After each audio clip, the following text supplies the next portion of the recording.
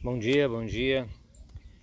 Vamos dar início a outra transmissão ao vivo, de novo aqui ao lado da natureza, para que a gente possa desenvolver o nosso tema, né, do livro Mereça Ser Feliz.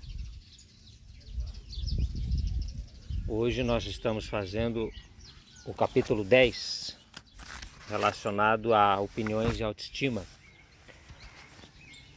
Mais uma etapa, né, extraordinariamente importante nessa caminhada de aprendizado, aonde estamos todos, né, sinceramente empenhados em estarmos nos conhecendo melhor. A gente tem falado muito aqui, né, diante dessas observações dos nossos amigos espirituais, que a questão relacionada à autoestima, ao conhecimento de si mesmo é importante, porque vai nos traduzir de forma prática em nos dar o real valor, o verdadeiro valor a cada um de nós. Não nos deixando, como falamos em situações anteriores, com aquela fragilidade, né, na nossa personalidade, na nossa estrutura mental e emocional, aonde essa fragilidade acaba nos tornando muito dependentes da opinião alheia, fazendo com que, de certa forma, até as nossas escolhas sejam afetadas no sentido de agradar os outros, no sentido de estarmos sendo reconhecidos pela opinião dos outros ou pela opinião pública. E sabemos nós que as nossas decisões precisam e devem ser pautadas pelo dever, pela consciência, pela escolha acertada da melhor decisão, levando-se em conta todos os fatores envolvidos e nunca a opinião dos outros, porque, a não ser, lógico, opinião de especialistas relacionados ao tema que estaremos discutindo ou decidindo. Fora essas questões onde, lógico, a opinião dos outros é importante, porque é uma opinião às vezes científica, é uma opinião com fundamento técnico, aí evidentemente que a gente precisa, sim, como dizemos na gíria, né, ouvir a opinião dos universitários ou dos especialistas. Fora isso, não podemos condicionar as nossas decisões a um reconhecimento público, porque via de regra estaremos nos movimentando de forma equivocada e estaremos sendo vítimas, reféns, escravos da opinião dos outros. Isso nos tira totalmente o sossego, isso nos deixa numa situação muito vulnerável, aonde estamos colocando a nossa felicidade na mão dos outros.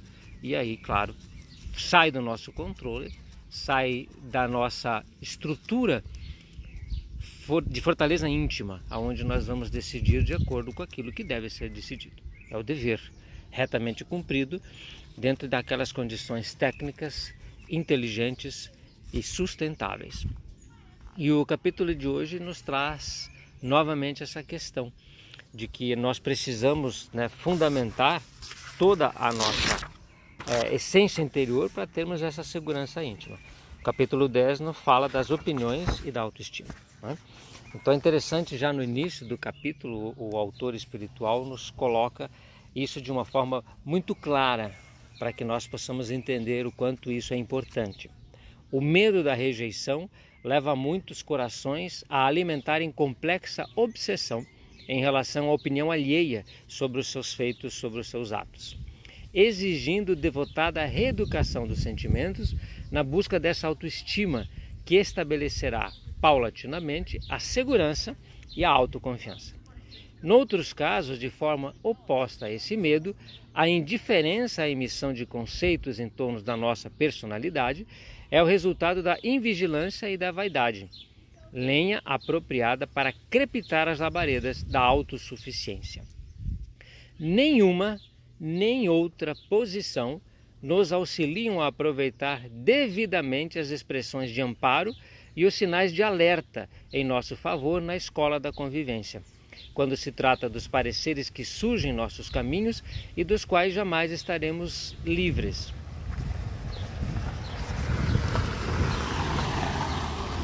Saber julgar os apontamentos sobre nós, conferindo-lhes o exato valor, é exercício de humildade e bom senso no aprendizado da vida interpessoal.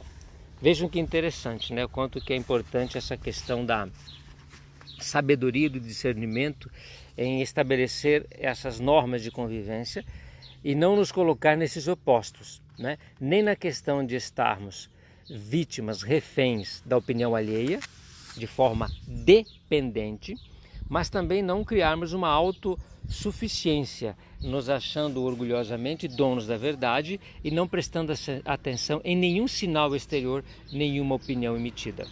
Nenhuma nem outra posição vai nos auxiliar nessa questão relacionada ao conhecimento de si mesmo e ao estabelecimento de uma liberdade de ação e, acima de tudo, de uma autoestima que nos confira o valor exato, como aqui foi dito. Então a gente precisa transitar de forma interdependente, nem dependente e nem autossuficiente. Entender que as opiniões alheias devem ser colhidas para estabelecer se estamos no caminho certo, se essa opinião de fato não tem fundamentos, se ela nos acrescenta algo no sentido do conhecimento das situações pelas quais passamos. E aí servem os amigos e até os inimigos com as suas opiniões muitas vezes sinceras a respeito da nossa conduta. Mas nunca nos colocar totalmente dependentes de opiniões, porque senão perderemos a nossa liberdade e não teremos condições de forma consciente agir no mundo e nas coisas que requisitam a nossa atenção. Então essa interdependência, nos conferindo humildade para determinar qual é o valor exato das situações que nos cercam externamente e internamente, é o grande aprendizado da vida. É a arte de saber bem viver e nos conduzir no cenário do mundo. As pessoas maduras que se amam verdadeiramente são autoconfiantes, que é diferente de autossuficientes, né? Autoconfiantes.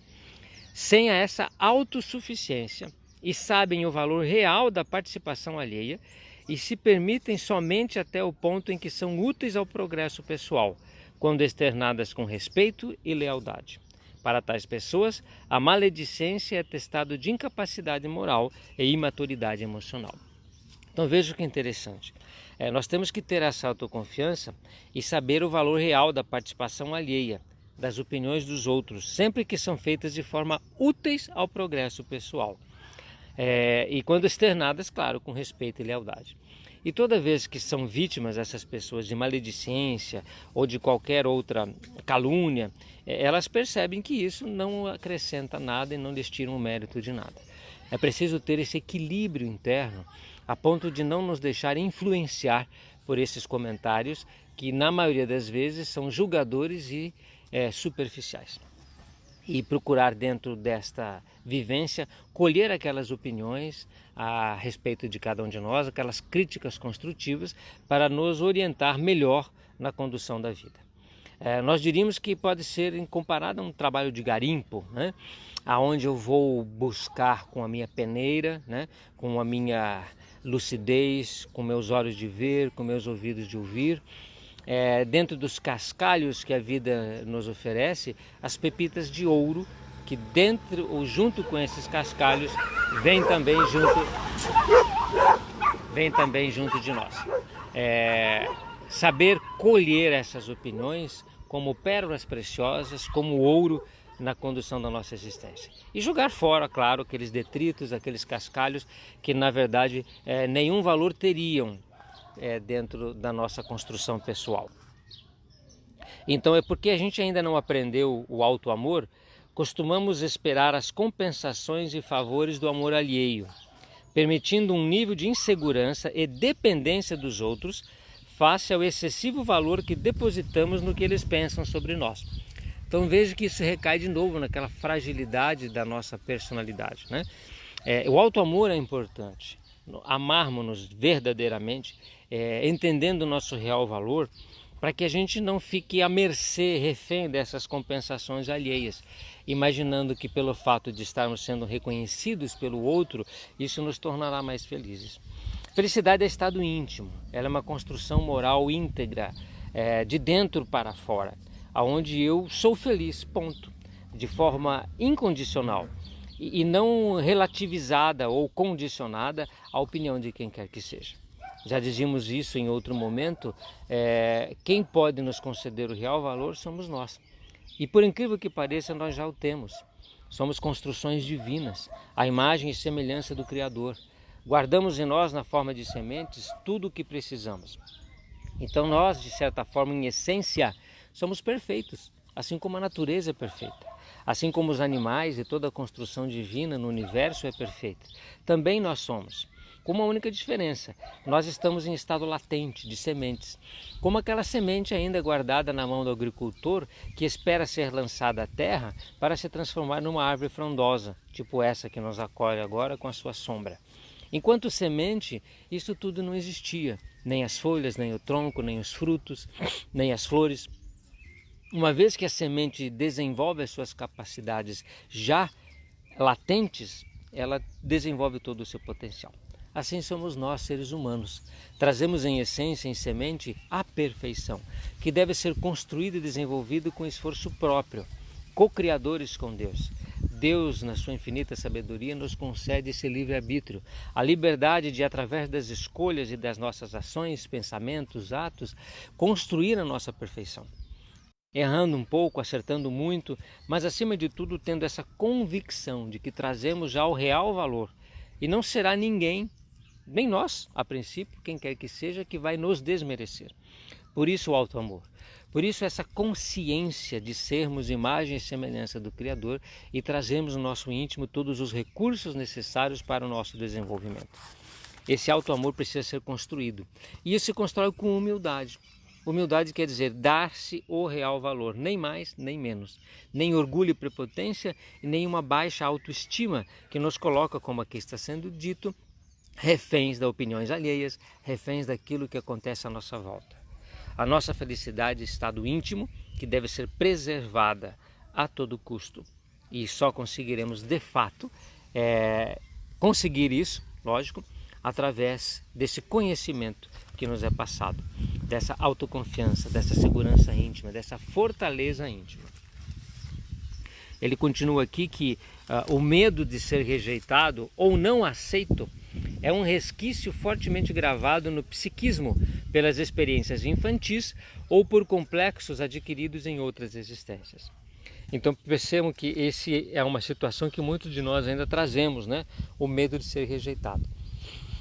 Isso precisa ser combatido, né? Porque crenças de desvalor a si próprio, consolidadas na mente da criança ou do adolescente, refletem agora na nossa fase adulta como sequelas dolorosas e inibidoras, provocando sentimentos de inutilidade e culpa, gerando a autocensura, a autopiedade e uma terrível síndrome de ser culpado pelo mundo estar como está, ainda que em muitas situações nada tenham a ver com as suas movimentações existenciais. Então isso é um pouco de prepotência, né? Esse é um orgulho desmedido, imaginar que as coisas no mundo estão por conta nossa, porque deixamos de fazer algo. Não, nós temos uma relativa interferência no mundo externo. A grande interferência nossa é no mundo interno. Somos responsáveis por nós, a cada um segundo as suas obras. Os outros darão conta de si, como nós daremos contas de nós, ao tribunal da consciência, permanentemente. Se somos felizes ou infelizes é porque muitas vezes a consciência nos traz uma responsabilidade não assumida, que deve ser restituída, restabelecida, entendida e a partir daí, claro, nos tornar responsável pela condução da nossa existência. Tomar as rédeas do nosso destino e de fato agir no mundo com essa personalidade forte, firme, com essa autoconfiança, com essa autoestima tão necessária. O medo não nos serve. Nós temos que ser corajosos, temos que ser empenhados, com bastante força e coragem na construção do nosso caráter, na nossa personalidade. Então a autoestima é fator determinante das atitudes humanas. Quando ela escasseia, a criatura estará sempre escrava de complexos de inferioridade atormentantes. E por mais pródigas que sejam as vantagens dessa vida, sempre estará cultivando hábitos que visam camuflar os seus supostos males, para que outros não os percebam. No entanto, não logrando sempre ludibriar através dessa maquiagem, quando se percebe avaliada ou reconhecida em sua realidade, torna-se revoltada, indefesa, deprimida e ofendida. Vejam que interessante, né? Desculpa. Por conta dessa autoestima baixa, quando ela é escassa, diz aqui o nosso amigo espiritual, a gente vai ficar com um complexo de inferioridade que nos atormenta a vida inteira. E nós vamos ter sempre hábitos que vão querer camuflar essas situações interiores que nos incomodam. Dentro de uma maquiagem que, como toda maquiagem, acaba saindo e as pessoas acabam vendo quem somos. E qual é o problema disso? Não devemos ter esse orgulho, devemos ser humildes para nos reconhecer como de fato somos. Estamos em construção, todos nós. Como diz o grande mestre, atire a primeira pedra quem não tem defeitos. Não nos cabe julgar a conduta alheia neste sentido. Como não podemos ser reféns desse julgamento e dessas opiniões.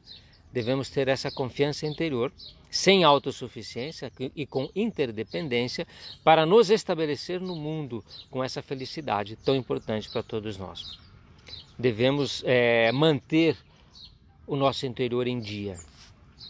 Essa situação tem um limite suportável até o ponto em que as decisões e ações começam a ser comprometidas por estranhas formas de agir que podem estabelecer episódios neuróticos de gravidade com estreitos limites com as psicoses.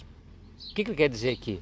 Que nós podemos comprometer a nossa saúde mental, porque existe um limite para essa situação relacionada às opiniões alheias e à autoestima baixa. Até certo ponto ela é natural em uma personalidade em construção, em um espírito em evolução. É natural as quedas, é natural o sofrimento, é natural muitas vezes os constrangimentos, os contratempos, isso é natural, faz parte da vida e do crescimento. É como uma obra em construção. Uma hora ou outra um tijolo vai quebrar, uma janela, eu vou ter que corrigir algo, uma parede que começou errada. Isso é natural em toda construção. O que não é natural é comprometer os alicerces de uma estrutura a ser construída ou de ter defeitos que comprometam essa habitação a ponto de eu ter de abandoná-la. Então eu preciso estar atento a esses complexos de inferioridade ou qualquer situação na forma de agir, porque isso estiver comprometendo a minha ação, me tornando refém ou escravo dessas opiniões, eu posso daqui um pouco comprometer a minha saúde mental, perder aquele equilíbrio tão importante para a nossa vida. Hoje, em tempos de pandemia, nós temos realmente verificado o quão importante tem sido esse equilíbrio interno. O quanto importante tem sido essa fortaleza íntima.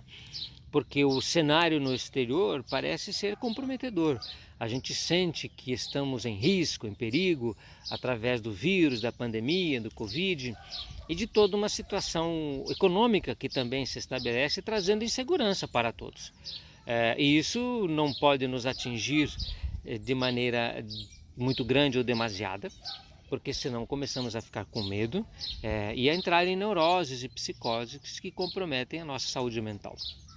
Então, cada vez mais é importante nos estabelecer como seres humanos absolutos, conscientes, extremamente firmes e corajosos no enfrentamento de qualquer desafio. Venha o que venha, dizemos nós, vamos enfrentar. Vamos enfrentar juntos nessa interdependência. Vamos ouvir as opiniões sinceras dos outros sobre a condução da nossa vida, no sentido de nos auxiliar uns aos outros daquele compromisso que temos de solidariedade, de fraternidade, de amor ao próximo. Essa situação então tem um limite suportável, até o ponto em que as nossas decisões e ações começam a ser comprometidas por estranhas formas de agir. Ou seja, eu começo a agir de forma estranha, não como eu deveria, mas é como se fosse uma segunda personalidade, que inclusive o autor espiritual coloca aqui no livro em outras ocasiões. Essa segunda personalidade egóica que se movimenta no mundo não pode estar comprometendo a minha essência, a meu real valor, senão eu começo realmente a entrar em neuroses relacionadas a essa conduta estranha que eu começo a agir, ou a permitir. Assinalemos ainda que nos bastidores de variados casos surgem as interferências espirituais, dilatando o sofrimento desses corações e acentuando-lhes o sentimento de desmerecimento, de rejeição e desânimo, inspirando muitas vezes, ideias nefandas e escolhas enfermiças. São aquelas situações em que a gente começa a nos bloquear, né? Parece que a gente gostaria de infligir para nós sofrimentos, como foi o capítulo anterior que nós discutimos, onde nós passamos a achar que merecemos sofrer, né? Nos dando bloqueios, infringindo nos sofrimentos que não são necessários. E muitas vezes nessas ideias enfermiças, as questões relacionadas ao desânimo, até ao suicídio, vindo algumas almas serem vítimas dessa nefasta ideia de extermínio ou de autoextermínio. Se começarmos a nos sentir dessa forma, devemos urgentemente procurar ajuda, olhar em volta as pessoas em quem confiemos e não nos sentir menosprezados, inferiorizados pelo fato de precisarmos de ajuda. Ninguém é super-homem, pelo menos não ainda. Todos nós precisamos de ajuda. O Rei dos Reis, né, o Espírito mais perfeito que a terra já viu, que é o nosso Mestre e Senhor Jesus Cristo, deixou isso muito claro na passagem do Cirineu, quando ele próprio aceita ajuda, dizendo, somos humanos. Ele não tinha fragilidade nenhuma. E ele aceita esta ajuda de forma educativa, como a falar para todos nós, olha, eu que sou eu, não prescindo da ajuda dos outros. Eu que sou eu, tive pelo menos 12 ao meu lado me auxiliando, além de minha mãe e de tantos outros trabalhadores. Quando Jesus Cristo estabeleceu a Santa Aliança na terra, ele tinha inúmeros trabalhadores, não agiu sozinho, não decidiu sozinho, claro que muitas vezes sim, mas ele sempre trazia esse consenso, sempre trazia as pessoas com quem amava, discutia, dialogava, ensinava, educava e aceitou a ajuda de Cirineu. Quem somos nós para não nos cercarmos dos 12, dos 13, dos 20, dos 500, das pessoas que estão ao nosso lado e que nos auxiliam na condução da vida? Não nos isolemos, não nos coloquemos órfãos, porque não estamos. Entendamos que temos um Pai que nos ama e temos irmãos e amigos do nosso lado que estão prontos para ajudar. Não permitamos que essas ideias enfermiças cresçam em nosso coração e nossa mente. Mas vamos buscar ajuda quando necessário. Vamos conversar com os outros nessa interdependência construtiva que nos auxilia a caminhar na estrada da vida com mais segurança e principalmente com mais alegria. As opiniões sobre nós são valorosas e merecem ouvidos atentos quando se tornam críticas construtivas. E uma crítica, para ser construtiva, requer sinceridade fraterna, olhos nos olhos, sentimento de solidariedade e, sobretudo, quem critica para ajudar apresenta alternativas de melhorias e soluções. Isso é importante entender. Quem realmente é nosso amigo e se aproxima com alguma crítica construtiva, traz junto alternativas, ideias. Olha, não poderia ser assim? Talvez não fosse mais fácil agir dessa forma? E não aquele que a critica por criticar, atira pedras apenas com o intuito de denegrir, de machucar, ou de julgar externamente a conduta alheia, muitas vezes não reparando na própria, não é mesmo? Olhando o argueiro no olho alheio e nunca a trave no seu próprio olho. Não, nós temos amigos sim. Fique atento para aquelas pessoas que se aproximam de você ou de nós com esse intuito de nos auxiliar. É a fraternidade que existe, é a solidariedade necessária para conduzir a nossa existência. Vamos nos dar as mãos, vamos linkar nossos corações, vamos conversar sobre coisas sérias. Não vamos perder o nosso precioso tempo apenas com os entretenimentos da vida, com as fugas desnecessárias, onde a gente tenta minimizar a nossa responsabilidade, transferindo-a para os ombros alheios, imaginando que isso é culpa de alguém. Já crucificamos o Cristo, não vamos crucificar mais ninguém. Vamos assumir a responsabilidade dos nossos atos, vamos unir pensamentos e sentimentos e vamos caminhar juntos, de mãos dadas e corações linkados, conectados uns com os outros, sinceramente interessados em trazer as soluções para as nossas vidas, sejam elas individuais ou coletivas. Vamos, como dito no capítulo anterior, usar dessa cidadania verdadeira, onde eu me torno um homem de bem no mundo, fazendo o melhor que posso, para que os outros sejam felizes, tanto quanto eu quero ser feliz. Afora isso, podem não passar de palavras a esmo, mordacidade sistemática, maledicência ou inveja. Ou então, o que explica com rara sabedoria, seriam aquelas situações em que, por eu ver alguém crescer e me sinto ofendido, com inveja, vou atirar pedras para que ele sofra. Não. Como dizíamos agora há pouco, o nosso compromisso, acima de tudo, é um com os outros. Sincero. Vamos nos dar as mãos, né? Vamos nos dar essa chance maravilhosa para que a gente possa crescer juntos, né? Acima de tudo, amparando-nos e tendo essa real noção do nosso valor. Se desculpe, hoje a câmera está dançando muito, mas é que a gente está com o livro na mão e procurar estar assim, bastante atento ao que nos traz essa mensagem. Então não estamos prestando muita atenção o quanto que a câmera está, vamos dizer assim, se movimentando. É importante então para nós encerrarmos, né, o quanto que é imprescindível nós nos ajustarmos de forma equilibrada entre esses dois opostos, né? De uma dependência excessiva da opinião alheia e de uma autossuficiência exagerada, aumentando o nosso personalismo, que é essa marca moral pertinente à maioria de nós. E esse personalismo é uma lente de aumento que procura dilatar os nossos valores e uma nuvem que busca ofuscar as nossas imperfeições, tornando-se entrave à opinião sincera em razão de insuflar o melindre e a mágoa. Então a gente precisa estar muito lúcido para não estarmos nem numa posição e nem outra, de sermos interdependentes, de aceitarmos a opinião alheia sim, desde que ela nos assegure crescimento. E se não nos serve porque é apenas uma maledicência, de ter essa tranquilidade moral interior, de nos estabelecer com soberania, tranquilidade de que temos sim o nosso valor e não é uma opinião contrária, uma opinião que venha denegrir a nossa imagem, que vai nos conferir menos valor ou tirar o valor que temos. Então, temos que ter essa tônica das nossas posturas para que a gente possa crescer e muito dentro da nossa existência tão importante e tão necessária.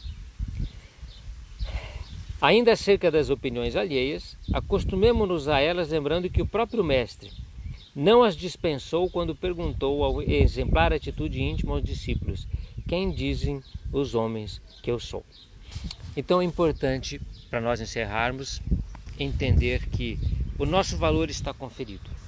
Temos em semente, de forma latente, todos os recursos necessários para o nosso crescimento. Temos condições de crescer e evoluir. Então é importante que a gente se estabeleça no mundo com essa soberania. Então que o Mestre nos auxilie, que Jesus esteja conosco, que nós possamos estabelecer a nossa condução no mundo, entendendo que o que temos no coração em intimidade é suficiente para desenvolver todos os nossos recursos. Que assim seja.